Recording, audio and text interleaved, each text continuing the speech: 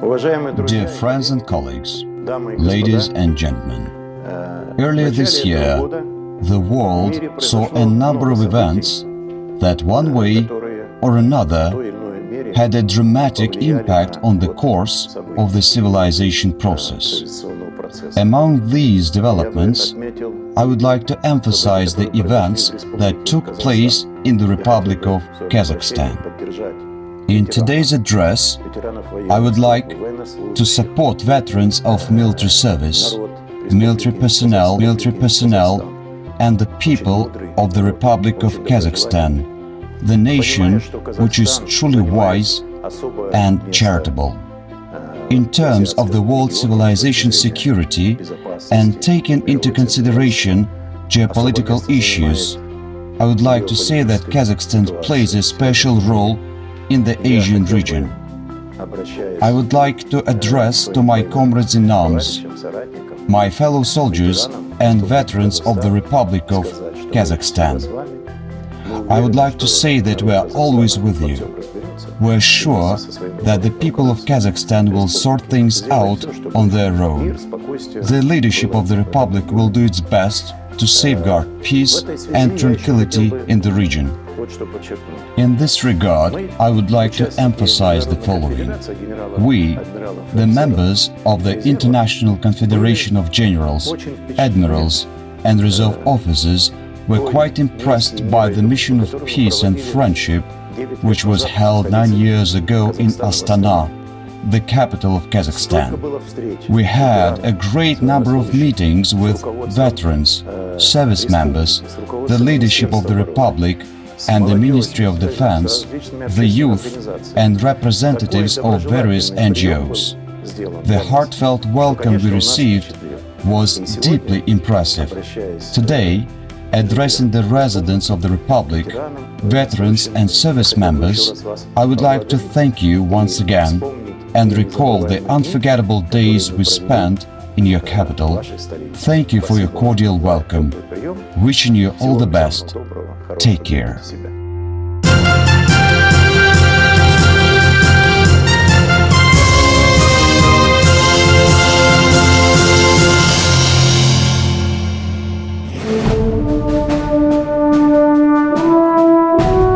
In compliance with the decision of the second meeting that had taken place in Bratislava in May 2012, the International Advisory Committee of Organizations of Reserve Officers held the Mission for Peace and Friendship Humanitarian Action and the third meeting in Kazakhstan's capital of Astana from the 16th to the 17th of July 2013.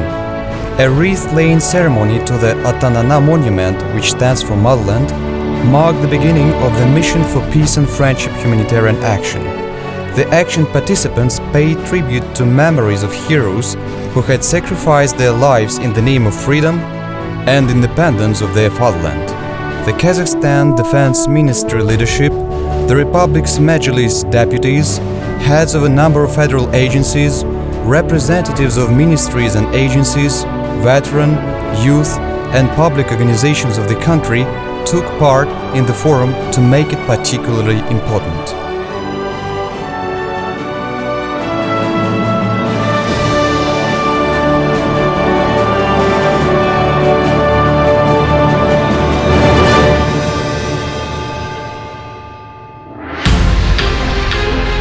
The guests and participants of the action were given a heartfelt and friendly welcome at Astana's Peace and Consent Palace. On behalf of the host country, Kazakhstan Defense Minister Adilbek Jaksebekov addressed all those present. Esteemed forum participants, generals and officers, we are pleased to welcome you in Kazakhstan's capital of Astana at the third meeting of the International Advisory Committee of Organizations of Reserve Officers. Over a short term of 2 years, the International Committee made good work on the issues of mutual support rendered to the armed forces veteran organizations of the CIS, European and the Middle East countries. The number of states involved is steadily increasing, which proves the organization's significance. Создание The establishment of necessary conditions for a constructive dialogue on the issues of peace and security in the region and the world is one of the important fields of the state policies of our sovereign state of Kazakhstan. And we are especially glad that the International Advisory Committee of Organizations of Reserve Officers is a foundation for an expert dialogue on various issues for the sake of peace.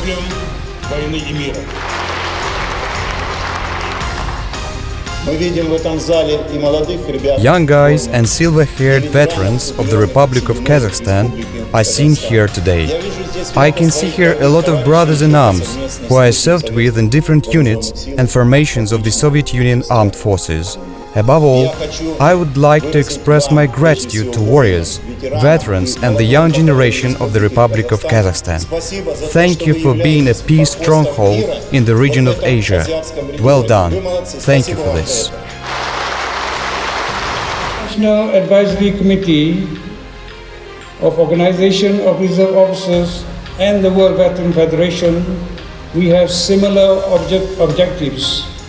We share a common stand on several matters, especially on matters related to the well-being of veterans and the international peace and security. During the meeting, President of the Republic of Kazakhstan, Nursultan Nazarbayev, was decorated with the International Advisory Committee's Most Honorable Knighthood Order for a special contribution made to support veteran organizations, veterans and families of the military. Alexander Kanchin, I would like to show the order, and on our behalf I am asking the Defense Minister to take and hand over the International Veteran Movement's Distinguished Reward to Mr. President.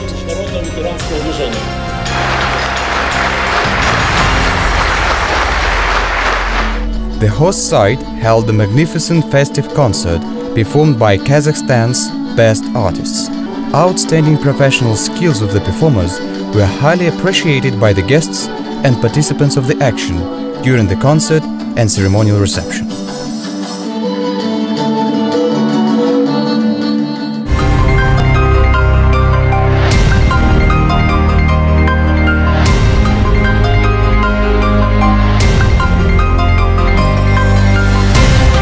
Prospects for further cooperation and the International Advisory Committee's activities expansion were discussed at the third meeting, which was held on July 17, 2013.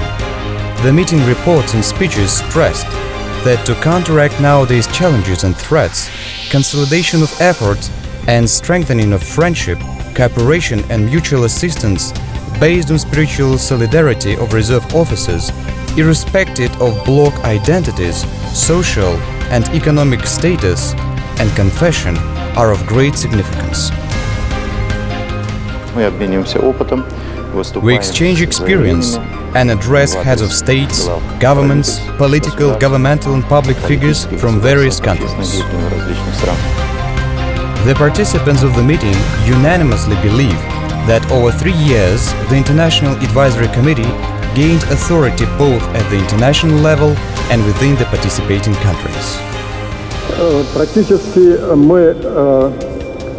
We put into practice different activities. We are capable of doing a lot all together, namely serious and fruitful projects. Over the time, we managed to draw up common approaches and define ways of development based on experience gained during joint activities through public diplomacy methods. Dan Rebach, chairman of the Association of Soldiers of the Polish Armed Forces. We find it interesting how other organizations carry the work we are doing, how they touch upon urgent issues for the benefit of members of our organizations and their families. The Russian delegation's statement on the preparation and invitation to participate in the International Business Congress on Personal, Social and State Security and Protection to be held in October 2013 in Moscow was taken by the meeting participants with a business-like interest. Over 50 states are expected to take part in the Congress.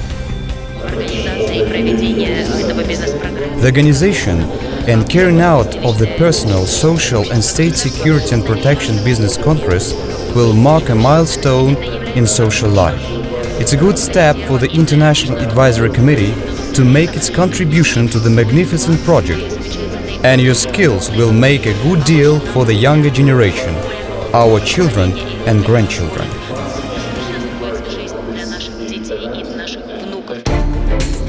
New members acceded to the organization: the Union of Generals and Surgeons of Reserve, the Republic of Bulgaria; the Zahal Veterans Organization, Israel; the Tzavet Israel Defense Forces Veterans Association; the Association of Veterans and Reservists of Defense and Security of the Republic of Macedonia, the Republic of Macedonia; the Veteran Organization of the Serbian Republic, the Republic of Serbia; the Society of Military Pensioners of Montenegro, the Republic of Montenegro. The following observers were given the status of full-fledged members of the committee: the Hungarian Union of Associations of the Military, Hungary; the Union of the Military of the Polish Armed Forces, the Republic of Poland; the Club of Generals and Admirals of Serbia, the Republic of Serbia; the Soldiers Against War, the Czech Republic. Due to rearrangements in Kazakhstan's veteran organization system, the Armed Forces Veterans Republican Public Association became part of the International Advisory Committee.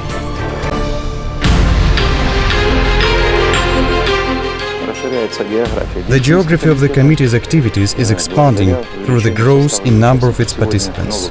Today, 10 new organizations from 9 countries became members of the committee, and the Southeastern Europe Council has been set up. It's good, as traditionally the Balkan states have been playing an important role both in Europe and in the whole world. A decision to establish the Regional Council of Organizations of States of the Southeastern Europe, headquartered in Belgrade, was taken. Chairman of the Executive Committee of the Club of Generals and Admirals of the Serbian Republic, Vidoje Pantelic, was elected chairman of the Council and vice president of the International Executive Committee. We are grateful to the IAC's Presidium for headquartering the Southeastern Europe Council in Belgrade, and will do our best to make a huge contribution to implement tasks facing the International Advisory Committee. Reserve officers' organizations from a number of countries of the North and South America, Africa, Central and Southeastern Asia are planned to be invited for prospective cooperation.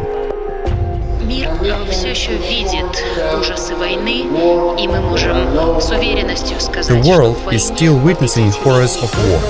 We are confident to state that the war has no winners, as wounds and similar activities always remind us that war is not the best means to resolve conflicts and problems. For a considerable contribution to the establishment and operation of the committee, Ambassador Extraordinary and Plenipotentiary of the Slovak Republic to the Russian Federation, Joseph Migash, and Deputy Chairman of the Union of Generals of Kazakhstan, Aitkali Singulov, were elected honorary vice presidents of the committee. Life is changing along with us, and when we met in Bratislava, there were 25 countries from NATO, Europe and Central Europe. Nowadays, there are more than 30 states. I would like to express my special gratitude to the founding fathers of such an organization of reserve officers as the International Advisory Committee. Your organizational activities made it possible to bring together a whole community of wise and experienced veterans and help them work in the name of peace and humane relations. In conclusion of the Astana meeting, participants shaped prospects for further expansion of format and geography of the IAC and adopted the final document, the Declaration of the Mission for Peace and Friendship, International Humanitarian Action, and the third meeting of the International Advisory Committee of Organizations of Reserve Officers. The declaration also addresses to heads of states. An exchange of memorable medals and insignia among the participants of the event was held. The meeting participants observed a minute of silent prayer to commemorate the recently deceased activists of the committee. first deputy chairman of the Organization of Veterans of War, Labor, Armed Forces and Law Enforcement Agencies of the Kyrgyz Republic, Karavay Asanaliyev, was a pioneer and an active member of the committee's activities. The Astana meeting participants voiced confidence that the third meeting of the International Advisory Committee became an important step forward to develop the international movement. Similar humanitarian actions with the participation of reserve officers, reservists and veterans from different states play an important role in building confidence among peoples, bringing up the younger generation in the spirit of tolerance, friendship and mutual respect.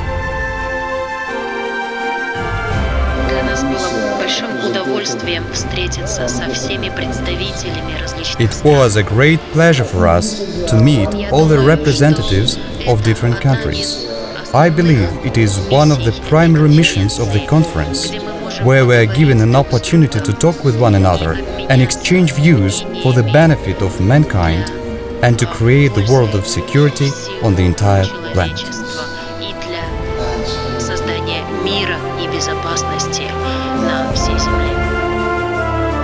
A number of heads of the International Advisory Council's member organizations expressed willingness to hold the fourth regular meeting in their capital.